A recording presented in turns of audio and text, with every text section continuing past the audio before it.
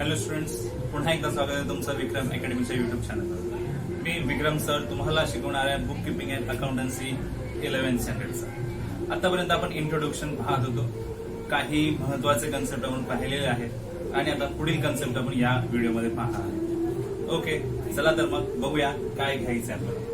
तर आपण घेत आहोत बेसिक अकाउंटिंग टर्मिनॉलॉजीज आणि त्याच्यामध्ये आज पहिला आहे कॅपिटल. ओके, सो कॅपिटल लक्षात घ्यायचं आहे. कॅपिटल हा वर्ड काय असणार, तर याला मराठीमध्ये म्हणतात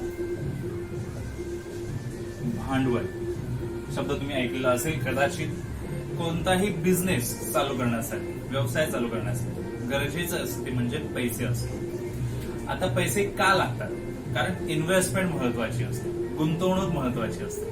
ही सुरुवातीची गुंतवणूक करण्यासाठी लागणारा जो काही पैसा तो आपल्याला उभा करावा लागतो, आणावा लागतो. हे सगळे पैसे जे बिझनेस चालू करण्यासाठी आणावे लागतात त्याला बिझनेसच्या टर्म मध्ये, अकाउंटिंग टर्म मध्ये कॅपिटल म्हणजेच भांडवल असं म्हटलं जातं. ओके, समजा कोणतंही छोटं शॉप ओपन करायचं झालं तर समजा सुरुवातीला तुमच्या जवळ 1 ते 2 लाख रुपये असणं गरजेचं आहे. त्याचं रेंट म्हणा किंवा फर्निचर सेटअप करायचं आहे किंवा आणखीन काही त्याच्यामध्ये सेटअप असेल.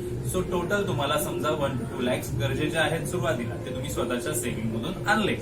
मग हे तुम्ही स्वतःचे पैसे ज्या वेळेस सुरुवातीला बिझनेस चालू करण्यासाठी जाणणार आहात त्याला आपण टोटली कॅपिटल असं म्हणणार आहोत. सो बिझनेस चालू करण्यासाठी आपण स्वतःचं जे काय आणणार बिझनेस मध्ये, that's called capital. Let's see here. Total amount invested in business by the owner is called capital. म्हणजे ओनर स्वतःकडचे जे काही कॅश, पैसे जे बिझनेस चालू करण्यासाठी आणणार आहे याला आपण कॅपिटल म्हणणार आहोत. ओके, सो आणखीन एक टर्म आहे पण ते बिझनेसच्या पॉइंट ऑफ व्ह्यू मध्ये म्हणू शकतो आपण. Excess of assets over liabilities is also called capital. आता ऍसेट्स काय आहेत आणि लायबिलिटीज काय हे आपण थोडं जाणून घेणार आहोत तिथे. Assets, in short, assets means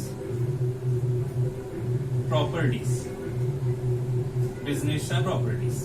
आता प्रॉपर्टीज काय असू शकतात? It can be furniture, it can be building, it can be land. अशा सो मेनी यांना प्रॉपर्टीज आपण म्हणू शकतो ओनरच्या. फर्निचर, बिल्डिंग, लँड, आणि या सर्वांना ऍसेट म्हणतात. ऍसेट का? कारण याच्यातून जर आपण सेल केला तर याच्यातून पैसे आपल्याला रिफंड मिळू शकतात. फर्निचर विकल्यानंतर पैसे येऊ शकतात, बिल्डिंग विकलं तर पैसे येणार, लँड विकली तरी पैसे येणार. सो ह्या प्रॉपर्टीज असेट्स का? कारण याच्यातून फ्युचरमध्ये आपल्याला काहीतरी इन्कम जनरेट होऊ शकतो सेल केल्यानंतर. ओके, सो त्याच्यातून अर्निंग सोर्स आहे.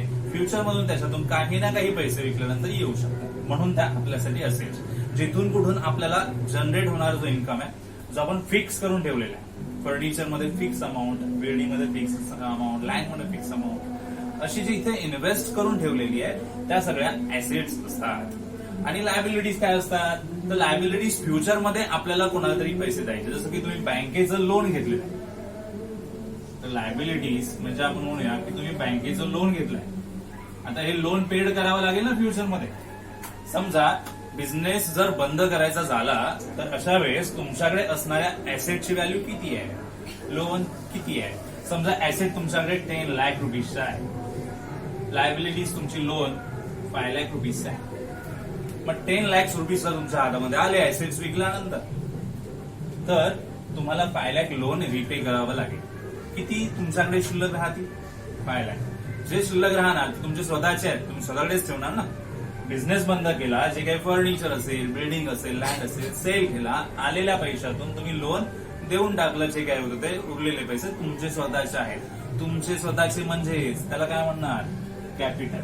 सो ही एक डिफरंट टर्म झाली. डिफरंट पॉइंट ऑफ व्ह्यू आपण म्हणू शकतो की जर ऍसेट्स अँड लायबिलिटीजचं कंपॅरिझन करायचं झालं, सो ऍसेट्स मायनस लायबिलिटीज केल्यावर जी एक्सेस अमाऊंट जी राहणार आहे दॅट्स कॉल्ड कॅपिटल. सो 2 वेने आपण जाणार आहोत. एक म्हणजे total amount invested by owner. Owner स्वतःकडचे जे काही पैसे बिझनेसमध्ये आणेल त्याला आपण कॅपिटल म्हणणारच आहोत.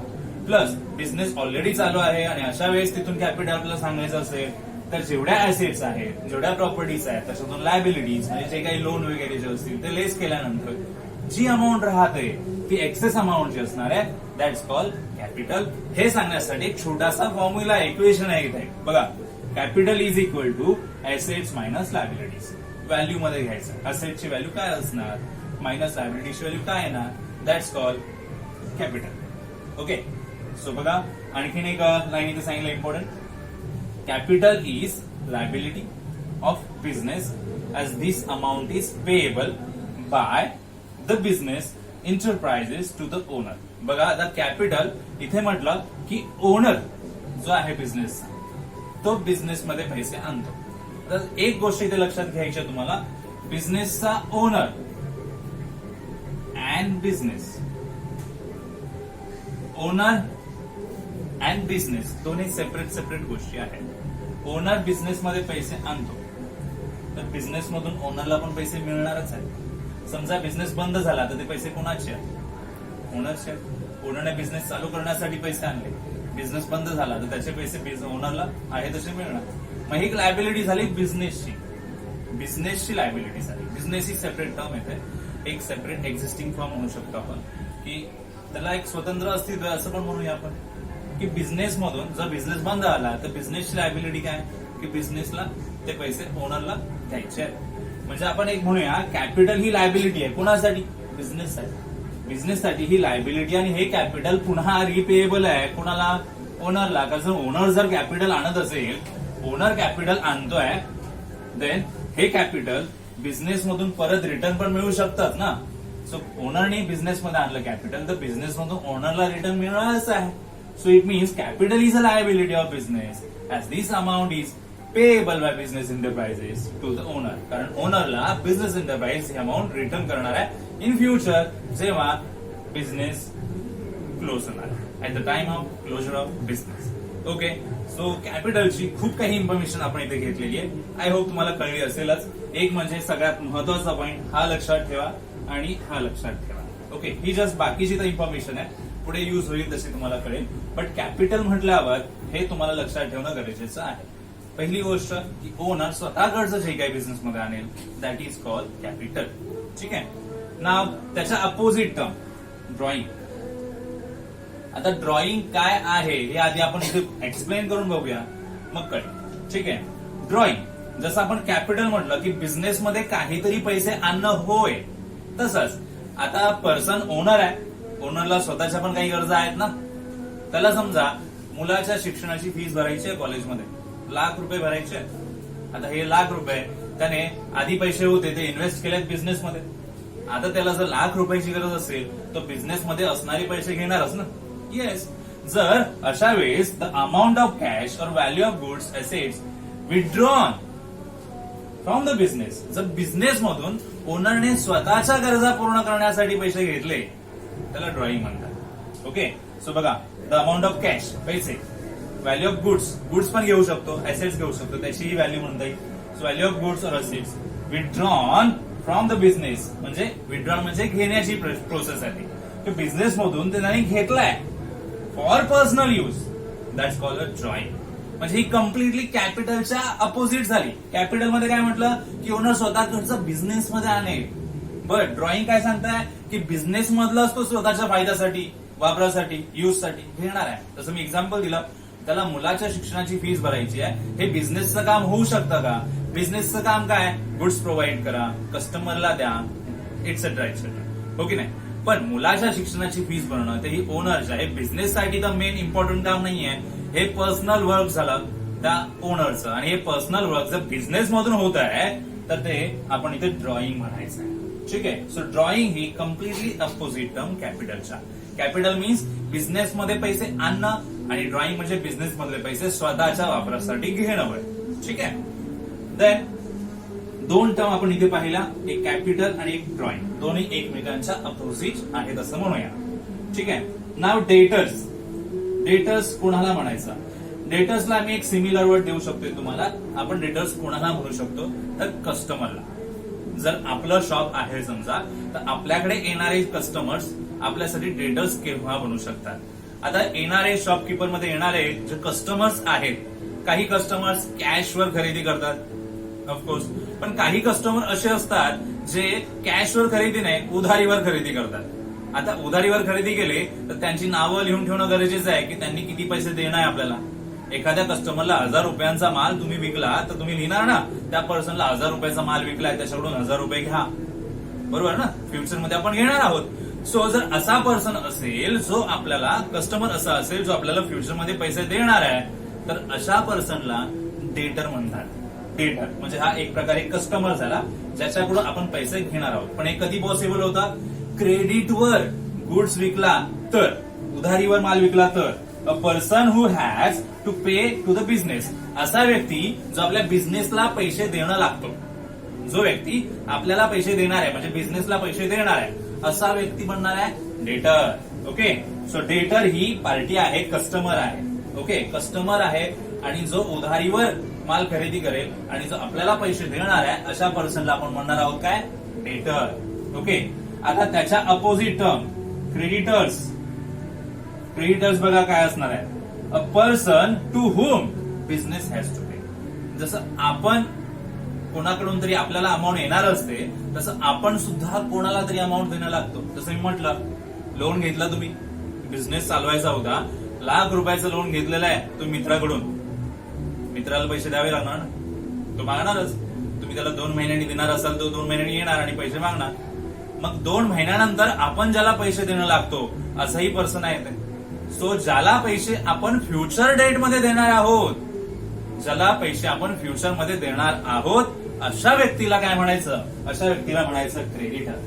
ज्याच्याकडून पैसे येणार तो डेटर, ज्याच्याकडे पैसे जाणार, ज्याला पैसे द्यायचे आहेत फ्युचरमध्ये तो क्रेडिटर. ओके, सो अशा दोन्ही पार्टी अस्तित्वात असतात आपला बिझनेस आहे म्हटल्यावर. आपण सुद्धा कोणाला तरी उधारीवर देत असतो, आपल्याला सुद्धा कोणीतरी उधारीवर माल देत असतो. सो आपल्यासाठी काही डेटर आहेत तर आपल्यासाठी काही क्रेडिटर सुद्धा आहेत. आपण सुद्धा कोणाला तरी पैसे देणार असतो, आपल्याला सुद्धा कोणाकडून तरी पैसे मिळणार असतात. ज्यांच्याकडून पैसे मिळणार त्या व्यक्ती डेटर, ज्यांना आपण पैसे देणार त्या व्यक्ती क्रेडिटर्स. ओके, सो हे 2 रिलेशन लक्षात घ्या, डेटर कोण आणि क्रेडिटर कोण. ज्यांच्याकडून पैसे येणार ना ते आपल्यासाठी एक प्रकारे असेट बनतात. जसं प्रॉपर्टीतून पैसे येणार आहेत ते असेट, डेटर कडून पैसे येणार आहेत म्हणून ते पण असेटच झाले. ओके, आणि क्रेडिटर्स आपण पैसे देणार आहोत, जे आपण जिथे पैसे देणार असतो ते असतात लायबिलिटीज. लायबिलिटीज म्हणजे इन शॉर्ट जबाबदाऱ्या. रिस्पॉन्सिबिलिटीज ही आर्थिक रिस्पॉन्सिबिलिटी झाली, आर्थिक जबाबदारी झाली की आपल्याला पैसे कोणाला तरी द्यायचे आहेत, लायबिलिटी. तसं क्रेडिटरचे पण पैसे द्यायचे आहेत म्हणजे हे सुद्धा लायबिलिटी. तर एक टर्म्स इथे लक्षात ठेवा, डेटर म्हणजे असेट आणि क्रेडिटर म्हणजे लायबिलिटी. डेटर म्हणजे पैसे येणार आहेत आणि क्रेडिटर म्हणजे आपण पैसे कोणाला तरी देणार आहोत. ठीक आहे, आता पुढे लास्ट टर्म जी इथे तुमच्या समोर दिसतीये ती म्हणजे आहे बॅड डेब्ट्स. आता बॅड डेब्ट्स काय आहे हे मी तुम्हाला सांगतोय. आधी बॅड डेब्ट्स या शब्दाचा पूर्ण व्यवस्थित आपण विचार करूया. तुम्हाला माहिती आहे बॅड म्हणजे काय? येस, बॅड, वाईट. डेब्ट्स, डेब्ट्स हा शब्द इथे घेतलाय पण तो पूर्ण शब्द आहे डेटर. बॅड डेटर. पण डेटरला आपण काय म्हटलं होतं? कस्टमर. येस, सो बॅड डेटर म्हणजे बॅड कस्टमर. येस, सगळे येणारे कस्टमर चांगलेच असतील असं नाही. आपल्या दुकानात येणारे सगळे कस्टमर चांगले नसतील, काही जण त्याच्यात बॅड पण असतील. आता बॅड का?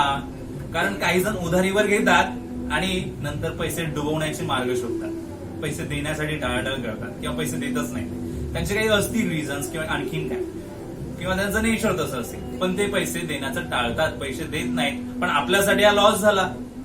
आपण त्यांना क्रेडिटवर द्यायला गेलो, उधारीवर माल दिला, पण त्यांनी आपली उधारी काही पूर्ण केली नाही. आपल्यासाठी हा लॉस, बिझनेससाठी हा लॉस, आणि हा लॉस बॅड डेब्ट्स या नावाने लिहिला जातो. हा लॉस आहे बिझनेससाठी. बॅड डेब्ट्स हा बिकॉज ऑफ बॅड डेटर्स मुळे होणारा हा लॉस आहे. अँड इरिकव्हरेबल अमाऊंट, अशी अमाऊंट जी आपल्याला मिळणारच नाहीये. इनरिकव्हरेबल म्हटलेलं आहे बघा, मिळणारच नाहीये, रिकव्हरच होऊ शकत नाही. अशी अमाऊंट जी आहे डेटर कडून, अशी इरिकव्हरेबल अमाऊंट जर असेल तर त्याला आपण काय म्हणायचं आहे? Bad debts, bad debtors.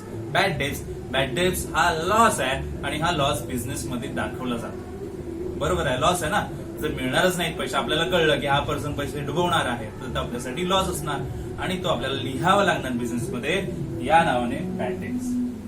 ठीक आहे. सो आपण इथे टर्म्स डिस्कस केल्या. एक कॅपिटल, सेकंड ड्रॉइंग, आणि देन आपण पार्टीज पाहिल्या बिझनेसच्या, डेटर्स, क्रेडिटर्स आणि बॅड डेट्स. ओके. आता आपण पुढे नेक्स्ट पाहणार आहोत पुढे येणाऱ्या काही महत्वाच्या कन्सेप्ट. तोपर्यंत तुम्ही व्हिडिओ पॉज करून या मेन इम्पॉर्टंट कन्सेप्ट लिहू शकता तुमच्या बुकमध्ये. Okay, write it. तर आजच्या व्हिडिओमध्ये आपण एवढेच कन्सेप्ट पाहत आहोत. आपण भेटूया पुढच्या व्हिडिओमध्ये आणखीन वेगळे नवीन नवीन कन्सेप्ट घेऊन.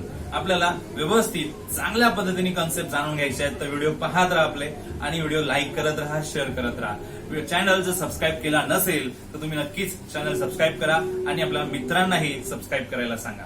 थँक्यू. भेटूया नेक्स्ट व्हिडिओमध्ये.